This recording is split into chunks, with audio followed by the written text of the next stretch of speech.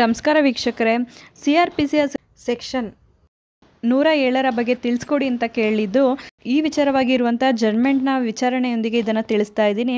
CRPCಯ section 107ರ ಅನ್ವಯ FIR ಅವಕಾಶವಿಲ್ಲ ಅಂತೇಳಿ ಹೈಕೋರ್ಟ್ ಒಂದು ಆದೇಶವನ್ನು ನೀಡಿತ್ತು. ಅಪರಾಧ ದಂಡ ಸಂಹಿತೆಯ ಸೆಕ್ಷನ್ 107ರ ಅನ್ವಯ ವ್ಯಕ್ತಿಯೊಬ್ಬರಿಗೆ ಶೋಕಾಸ್ ನೋಟಿಸ್ ನೀಡಿ ಅವರ ವಿರುದ್ಧ ಮ್ಯಾಜಿಸ್ಟ್ರೇಟ್ ವರದಿ ಕಳಿಸಲು ಅವಕಾಶವಿದೆಯೇ ಹೊರತು FIR ದಾಖಲಿಸಲು ಪೊಲೀಸರಿಗೆ ಅವಕಾಶ ಇಲ್ಲ ಎಂದು ಹೈಕೋರ್ಟ್ ಹೇಳಿತ್ತು.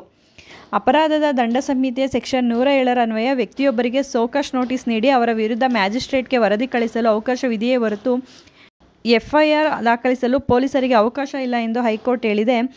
ಬೆಂಗಳೂರಿನ ರಾಜಾಜಿನಗರದ ಸಾಮಾಜಿಕ ಹೋರಾಟಗಾರ್ತಿ ಗೀತಾ ಮಿಶ್ರಾ ವಿರುದ್ಧ FIR ರದ್ದುಗೊಳಿಸಿದ ನ್ಯಾಯಮೂರ್ತಿ ಅರವಿಂದ್ ಕುಮಾರ್ ಅವರಿದ್ದ ಏಕಸದಸ್ಯ ಪೀಠ ಈ ಆದೇಶ ನೀಡಿದೆ. ಶಾಂತಿ ಕಾಪಾಡುವ ವಿಚಾರಕ್ಕೆ ಸಂಬಂಧಿಸಿದಾಗ ಪೊಲೀಸರು ಶೋಕಾಸ್ ನೋಟಿಸ್ ನೀಡಿ ಆ ಬಗ್ಗೆ ಸ್ಥಳೀಯ ಎಕ್ಸಿಕ್ಯೂಟಿವ್ ಮ್ಯಾಜಿಸ್ಟ್ರೇಟ್ಗೆ ವರದಿ ಕಳುಹಿಸಿಕೊಡಬಹುದು ಎಂದು ನ್ಯಾಯಪೀಠ ತಿಳಿಸಿದೆ. ಇದೇ ವೇಳೆ ನ್ಯಾಯಪೀಠ ಯಾವ್ಯಾವ ಸಂದರ್ಭದಲ್ಲಿ ಸೆಕ್ಷನ್ 107ನ್ನು ಬಳಸಬಹುದು, ಹೇಗೆ ಬಳಸಬಹುದು ಎಂಬ ಬಗ್ಗೆ ಸುತ್ತೋಲೆ ಹೊರಡಿಸುವಂತೆ ರಾಜ್ಯ ಗೃಹ ಇಲಾಖೆ, ರಾಜ್ಯ ಪೊಲೀಸ್ ಮಹಾನಿರ್ದೇಶಕರು ಮತ್ತು ನಗರ ಪೊಲೀಸ್ ಆಯುಕ್ತರಿಗೆ ನಿರ್ದೇಶನ ನೀಡಿದೆ. ಗೀತಾ ಮಿಶ್ರಾ ರಾಜಾಜಿನಗರದ 3ನೇ ಬ್ಲಾಕ್ನಲ್ಲಿ ನೋ ಪಾರ್ಕಿಂಗ್ ಫಲಕ ತೆರವುಗೊಳಿಸಿದವರ ವಿರುದ್ಧ ದೂರು ನೀಡಿದ್ದರು. ಆದರೆ ಇನ್ಸ್ಪೆಕ್ಟರ್ ಮಂಜು ದೂರು ನೀಡಿದ ಗೀತಾ ಅವರ ವಿರುದ್ಧವೇ FIR ದಾಖಲು ಮಾಡಿದ್ದರು. ಈ ಹಿನ್ನೆಲೆಯಲ್ಲಿ 2018ರ ಜನವರಿಯಲ್ಲೇ ಇನ್ಸ್ಪೆಕ್ಟರ್ ಅವರನ್ನು ವರ್ಗಾವಣೆ ಮಾಡಲಾಗಿತ್ತು. ಗೀತಾ ಮಿಶ್ರಾ 2016ರಲ್ಲಿ ಫುಟ್ಪಾತ್ ಅತಿಕ್ರಮಣ ಮಾಡಿಕೊಂಡಿದ್ದ ಅಂಗಡಿಗಳ ವಿರುದ್ಧ ಹೈಕೋರ್ಟ್ನಲ್ಲಿ PIL ಅನ್ನು ಕೂಡ ಹಾಕಿದ್ರು.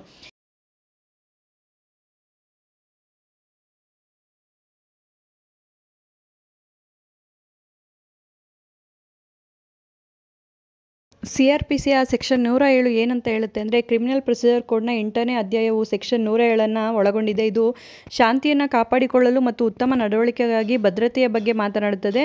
ಈ ವಿಭಾಗದಲ್ಲಿ ಉಲ್ಲೇಖಿಸಲಾದ ನಿಬಂಧನೆಗಳ ಮುಖ್ಯ ಉದ್ದೇಶವು ಯಾವುದೇ ರೀತಿಯ ತಪ್ಪು ಕೃತ್ಯ ಅಥವಾ ಶಾಂತಿ ಭಂಗ ಸಂಭವಿಸದಂತೆ ತಡೆಯುವುದು.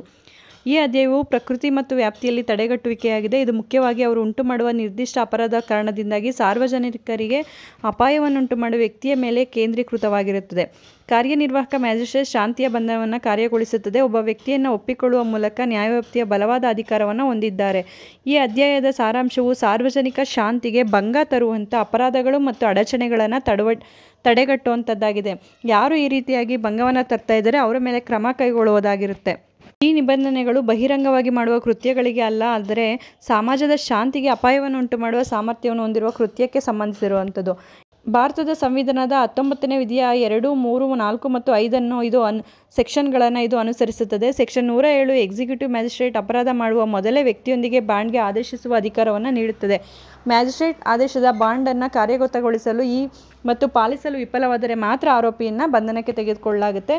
ಅಂದರೆ ಯಾವುದೇ ಒಂದು ಸಮಾಜದಲ್ಲಿರುವ ಶಾಂತಿಗೆ ಭಂಗ ತರ್ತಾ ಇದ್ದಾರೆ, ಯಾವುದೋ ಒಂದು ವ್ಯಕ್ತಿಗಳು ಸಮಾಜಘಾತಕ ಕೆಲಸಕ್ಕೆ ಕೈ ಹಾಕ್ತಾ ಇದ್ದಾರೆ ಅಂತ ಅಂದಾಗ ಅವರಿಗೆ ಒಂದು ಎಚ್ಚರಿಕೆಯನ್ನು ನೀಡುವಂಥದ್ದು ಅಥವಾ ಅವರಿಂದ ಮುಚ್ಚಳಿಕೆಯನ್ನು ಬರ್ಸ್ಕೊಳ್ಳುವಂಥದ್ದಾಗಿರುತ್ತೆ.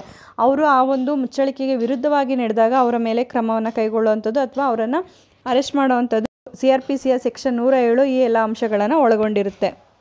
ಕ್ರಿಮಿನಲ್ ಪ್ರೊಸೀಜರ್ ಕೋಡ್ನ 8ನೇ ಅಧ್ಯಾಯದ ಸಾರದಲ್ಲಿ ಭದ್ರತೆಯು ನ್ಯಾಯಾಲಯದ ತೃಪ್ತಿಗಾಗಿ ಖಾತರಿಯನ್ನು ಒದಗಿಸುವುದನ್ನು ಉಲ್ಲೇಖಿಸುತ್ತದೆ. ಇದು ನಿಖರವಾಗಿ ಸೆಕ್ಷನ್ 107ರ ಉದ್ದೇಶವಾಗಿದೆ. ಅಲ್ಲಿ ನ್ಯಾಯಾಲಯವು ನಿರ್ದಿಷ್ಟ ಅವಧಿಗೆ ನಿರ್ದಿಷ್ಟ ನಡವಳಿಕೆಯನ್ನು ಕಡ್ಡಾಯವಾಗಿ ನಿರ್ವಹಿಸಬೇಕೆಂದು ಆದೇಶವನ್ನು ನೀಡಿ ಈ ಒಂದು ಕ್ರಮವನ್ನು ಕೈಗೊಳ್ಳಲಾಗಿರುತ್ತೆ. ಈ ಒಂದು ಪ್ರಕರಣಗಳಲ್ಲಿ ಅಂದರೆ ಸೆಕ್ಷನ್ 107ರ CRPCಗೆ ಸಂಬಂಧಿಸಿದ ಪ್ರಕರಣಗಳಲ್ಲಿ ಪೊಲೀಸರು ಬಂಧನ ಮಾಡೋದಕ್ಕೆ ಯಾವುದೇ ಒಂದು ಅಧಿಕಾರವನ್ನು ಹೊಂದಿಲ್ಲ. CRPCಯ ಸೆಕ್ಷನ್ 107 ಮತ್ತು 145ರ ಅಡಿಯಲ್ಲಿ ಆರೋಪಿಗಳನ್ನು ಬಂಧಿಸಲು ಅಥವಾ FIR ಅನ್ನು ದಾಖಲಿಸಲು ಪೊಲೀಸ್ ಇಲಾಖೆಗೆ ಯಾವುದೇ ಅಧಿಕಾರ ಇರೋದಿಲ್ಲ.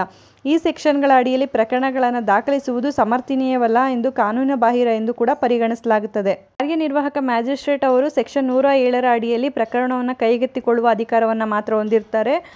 ಆರೋಪಿ ವ್ಯಕ್ತಿ ಅಥವಾ ಗಲಭೆ ಸಂಭವಿಸುವ ಸಾಧ್ಯತೆ ಇರುವ ಸ್ಥಳವು ಆತನ ಅಧಿಕಾರ ವ್ಯಾಪ್ತಿಗೆ ಬರುವಂತಿರಬೇಕು. ಆರೋಪಿಯು ತಾತ್ಕಾಲಿಕವಾಗಿ ಗೈರು ಹಾಜರಾಗಿದ್ದರೂ ಸಹ ಸೆಕ್ಷನ್ 107ರ ಅಡಿಯಲ್ಲಿ ಕಾರ್ಯನಿರ್ವಾಹಕ ಮ್ಯಾಜಿಸ್ಟ್ರೇಟ್ ಮೂಲಕ ಸಾಮಾನ್ಯವಾಗಿ ನ್ಯಾಯವ್ಯಾಪ್ತಿ ಒಳಗೆ ವಾಸಿಸುವ ವ್ಯಕ್ತಿಯನ್ನು ಕರೆಯಬಹುದು. ತಾತ್ಕಾಲಿಕ ನಿವಾಸವಾದರೂ ಸಾಕು.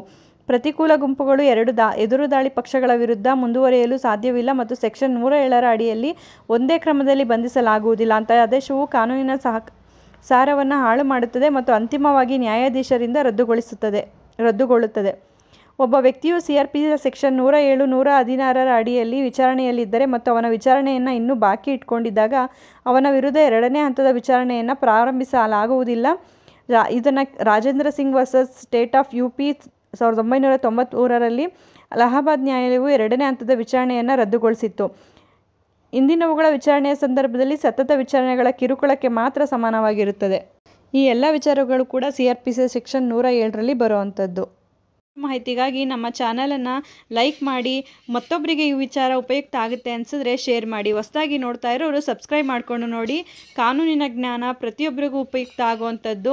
ಬಿಡುವಿನ ಸಮಯದಲ್ಲಿ ಇಂಥ ಉಪಯುಕ್ತ ಮಾಹಿತಿಗಳನ್ನ ತಿಳ್ಕೊಳ್ಳೋದು ಪ್ರತಿಯೊಬ್ಬರಿಗೂ ಉಪಯುಕ್ತ ಆಗುತ್ತೆ ಅಂತ ಹೇಳಿ ಭಾವಿಸ್ತೀನಿ. ಧನ್ಯವಾದಗಳು.